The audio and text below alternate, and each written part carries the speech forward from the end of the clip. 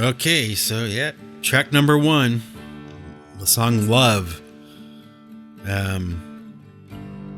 I gotta say, if any of my songs were a hit for me in my world, this song has traveled a lot.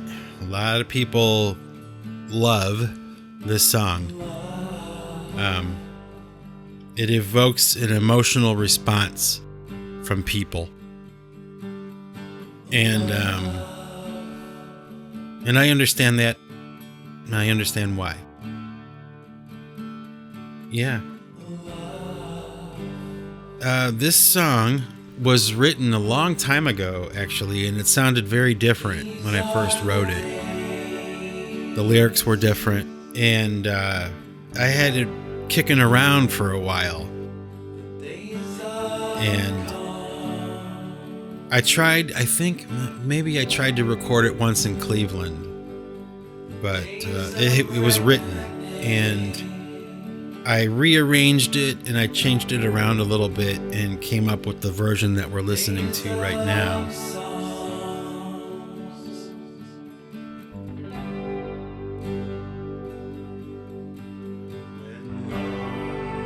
And at the time, I didn't think too much of it. I thought it sounded good. I liked it, but I didn't really think that it was going to be something that people would latch on to. But I was wrong, and it started to kind of take on a life of its own once I released it to the public. And now it's the kind of thing where I get messages from people. They're like asking me if they can use it at a funeral for a relative of theirs or something like that, like those kinds of things.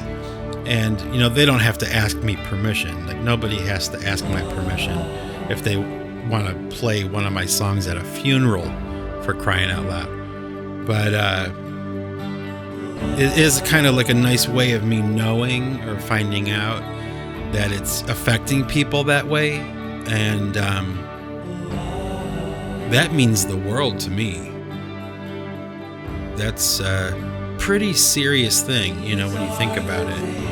When you make a song that is so emotional to people that they associate it with the people that they love, the people that are in their life.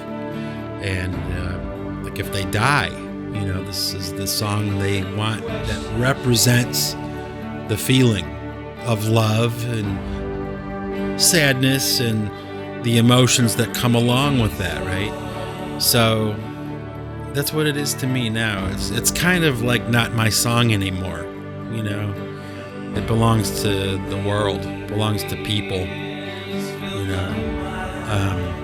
It's got a very Pink Floyd-ish kind of feel. I've had people tell me that. And, you know, while I like some Pink Floyd music, I'm not a huge Pink Floyd fan, and I've had a lot of negative experiences with Pink Floyd music,